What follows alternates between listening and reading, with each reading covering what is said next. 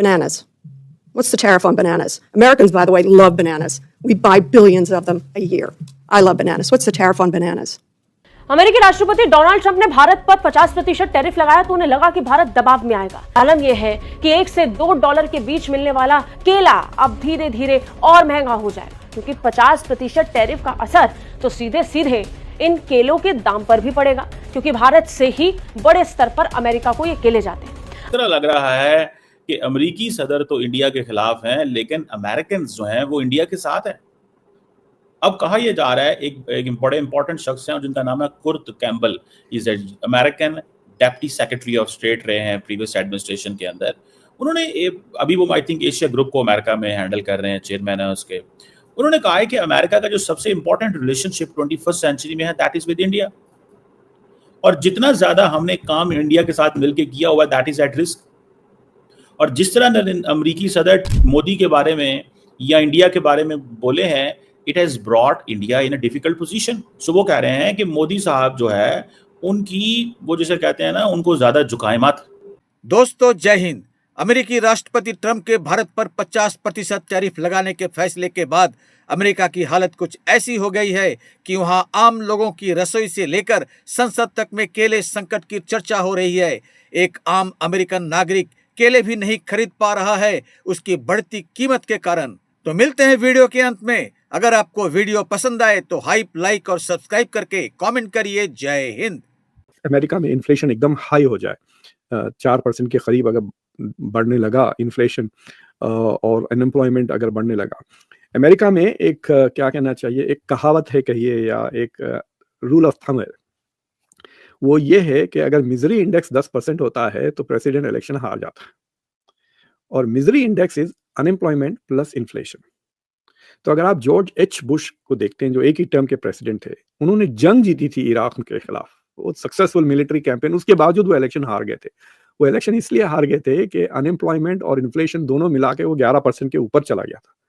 अभी जो सिचुएशन है it is not very bad, unemployment is 4.3 और इन्फ्लेशन इज 2.7, तो 7% पे है मिजरी इंडेक्स। लेकिन अगर मिजरी इंडेक्स बढ़ता है 8-9% हो जाता है तो परेशानी होने लगेगी और बुरी तरह वो हार जाएंगे मिड टर्म इलेक्शंस, यानी दोनों हाउस और सेनेट। और उस सूरत हाल में तो फिर वो he'll become a lame duck president totally. आखिरी 2 साल जैसे ओबामा के बेकार गुजरे, इनके भी बेकार गुजरेंगे, because he will not be able to do anything अगर डेमोक्रेट्स हाउस और सेनेट जीत जाए। तो आई थिंक कि इंडिया शुड स्टे पुट, थोड़ा स्लो मोशन में आ जाए हर चीज, क्योंकि in the long run good relations with China is good for India, इसमें एक शक की बात नहीं। But if India is ready to pay the price to China, फुकट में कुछ नहीं मिलने वाला, there is no free lunch, right. आज मैंने देखा कि चाइनीज जो हैं वो बड़े पत्ते फेंक रहे हैं इंडिया की तरफ। मिसाल के तौर पे आज चाइनीज एम्बेसडर जो इंडिया के अंदर है, उन्होंने एक स्टेटमेंट जारी की और उन्होंने अपने ट्विटर पे, एक्स पे लिखा कि जनाब जो टैरिफ्स बढ़ाए जा रहे हैं, this is against WTO, this is against the international conventions और ऐसे नहीं होना चाहिए। और फिर मैंने एक देखा कि चाइनीज अखबार ने किया कि dragon and elephant at shaking hand, हाथ मिला रहे हैं।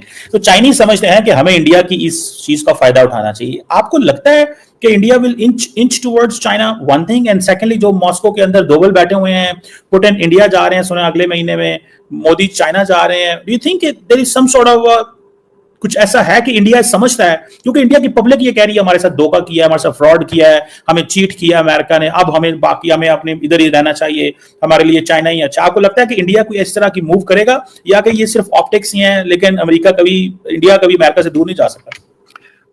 आज से 3 महीने पहले एक मक्खी मेरे घर में घुस गई थी, और वो मक्खी मुझे शो करते वक्त तंग करती थी।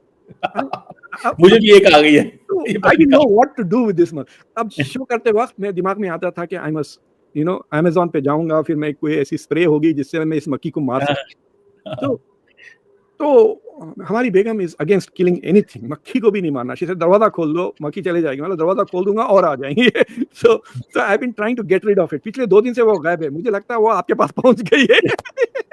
अरे मुझे नहीं पता, ये मेरे पास, ये मुझे कहीं नजर भी नहीं आ रही मक्खी, तो हालांकि मैं स्प्रे कर देता हूं कुछ दिनों बाद। है कि डोनाल्ड ट्रंप की होमलैंड सिक्योरिटी ने उसको डिपोर्ट कर दिया to a third country. Anyway, तो मैं देख रहा था वो मक्खी मेरे पास पिछले, देखो मैं 1-2 घंटे से देख रहा हूँ, इट इज नॉट विजिबल, क्योंकि उसका फूड नहीं है इस कमरे में, खाने के लिए कुछ भी नहीं है तो जिंदा कैसा है इतने महीने, आई डोंट अंडरस्टैंड। एनीवे, तो आपका सवाल, सी अजीत डोभाल साहब जो गए हैं उनकी मीटिंग हो चुकी है पुतिन के साथ, and the thing that they discuss there was कि वो Putin is going to come अगस्त में। कैसा आएंगे अगस्त 31 को खुद नरेंद्र मोदी जा रहे हैं टू चाइना, तो क्या पुतिन नहीं आ रहे एससीओ समिट के लिए? वहां पे तो मुलाकात हो सकती है पुतिन की भी, मतलब आरईसी की दे कैन हैव इट, खाली अगर तीनों मिलके go on a walk, Modi, Putin और शी जिनपिंग, तो यहाँ पे थोड़ा जलजला आ जाएगा ना वॉशिंगटन में। All they need to do is जाके चाय पिए, जैसा स्टारमर के साथ चाय पिए वैसा कहीं पर। So I don't know if Putin is going to China और नॉट। वो खड़े रहे, एक चीज बोली, नो मीन्स नो। मैंने मना कर दिया कि मैं अपनी कंट्री को ऐसे ही नहीं खो सकता आपके लिए, क्योंकि उसमें मेरी जो सॉवरेनिटी है कंट्री की वो भी मेरे हाथ से निकल जाएगी। I will not do that. यानी कि मोदी जी ने 2019 में भी केविन नहीं किया था, जबकि मीडिया के अंदर पूरा मीडिया को यूज किया गया भारत के खिलाफ। और हुआ क्या, रिजल्ट ये था, हमारे एक्सपोर्ट्स बढ़ने शुरू हो गए, मेक इन इंडिया को हमने एक्सेलरेट कर दिया। और जब उन्होंने देखा अमेरिकन ने कि भाई ये तो चाइना प्लस वन की पॉलिसी पे काम चल रहा है, अमेरिका को रेंगते हुए हमारे पास आना पड़ा।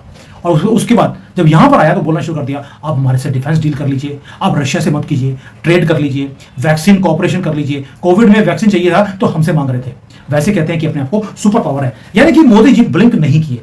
अब जब मोदी जी ने ना तो 2019 में ब्लिंक किया, और अब तो सवाल पैदा होता ही नहीं है। 5 साल में हम ऑलरेडी बहुत लंबी छलांग लगा के आगे निकल चुके हैं।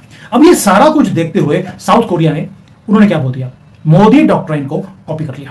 जुलाई 29 जुलाई 2025 साउथ कोरिया एक ऐसा शॉक वेव दिया उन्होंने वॉशिंगटन को, आपको सुनकर हैरानी हो जाएगी।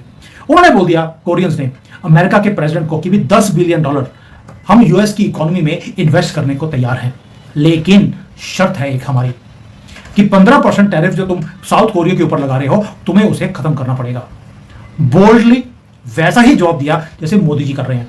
आई विल नॉट कॉम्प्रोमाइज, मेरे जो मीडियम स्केल इंडस्ट्रीज है उसके साथ, या मेरे जो फार्मर्स हैं, मैं कॉम्प्रोमाइज नहीं करूंगा। आपका वहां से माल भारत में नहीं आएगा तो नहीं आएगा। और ये पहली बार है इन रिसेंट यूएस हिस्ट्री में जहां पर एशियन अलाइज ने इकट्ठे मिलकर अल्टीमेटम देना शुरू कर दिया है अमेरिका को। और यही दुख का कारण है डोनाल्ड ट्रंप का। वो कह रहा है यार ये कैसा कवच है मोदी जी के ऊपर, खुद भी अपने आप को बचा रहे हैं और बाकी कंट्रीज को भी बचाना शुरू कर दिया।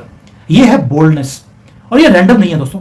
ये जो कोरिया ने बोल्डनेस दिखाई क्योंकि भारत ने बोल्डनेस दिखाई सबसे पहले, और हमने एक चीज दुनिया को बता दी, अपने नेशनल इंटरेस्ट के सामने। दोस्तों, दरअसल अमेरिका में बड़ी मात्रा में और बेहद अच्छी क्वालिटी के केले भारत से आयात होते थे। भारत के केले न सिर्फ स्वाद और आकार में बेहतरीन माने जाते हैं, बल्कि उनकी कीमत भी अमेरिकी बाजार में हिसाब से किफायती पड़ती थी। लेकिन जैसे ही ट्रंप प्रशासन ने भारत पर 50 का भारी टैरिफ लगा दिया, केले की कीमतों में आग लग गई। कुछ ही हफ्तों में अमेरिका में केले के दाम 2 गुने 3 गुने हो गए। सुपरमार्केट में केले की खाली होती टोकरी और बढ़ते दाम देख लोग भड़क उठे। स्थिति इतनी गंभीर हो गई कि कई शहरों में लोग सड़क पर उतर आए। जगह जगह ट्रंप के खिलाफ नारेबाजी हो रही है। सबसे दिलचस्प दृश्य अमेरिका संसद में देखने को मिला, जहां एक महिला सांसद विरोध जताने के लिए हाथ में केला लेकर सत्र में ही पहुंच गई। उन्होंने सदन में खड़े होकर कहा, श्रीमान राष्ट्रपति, आपके इस निर्णय से एक आम अमेरिकी नागरिक से उसका सबसे सस्ता और पौष्टिक फल छीन लिया है। अब यहाँ तक हालत हो गई है कि मध्यम वर्ग भी केला खरीदने से पहले सोचने लगा है। उन्होंने ये भी चेतावनी दी कि अगर जल्द ही भारत पर लगाया गया टैरिफ नहीं हटाया गया तो अमेरिकी जनता का गुस्सा सिर्फ केले तक सीमित नहीं रहेगा। उधर अर्थशास्त्री भी चेतावनी दे रहे हैं कि यह संकट सिर्फ केले तक सीमित नहीं है। भारत से आने वाले कई अन्य उत्पाद जैसे मसाले, चाय, कपड़े और समुद्री उत्पाद भी अब महंगे होने लगे हैं। मतलब साफ है, टैरिफ की मार अमेरिकी जेब और पेट दोनों पर पड़ रही है। तो मिलते हैं अगली वीडियो में, तब तक जय हिंद, जय भारत।